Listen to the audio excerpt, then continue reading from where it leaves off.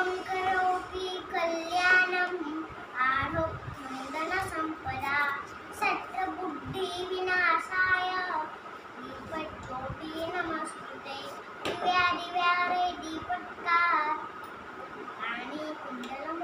हार दिव्याला पाहून नमस्कार दिवा ठेवला देवापाशी जे पडा तुळशीपाशी माझा नुसता सर्व कीर्तनपाशी सदा सर्वदा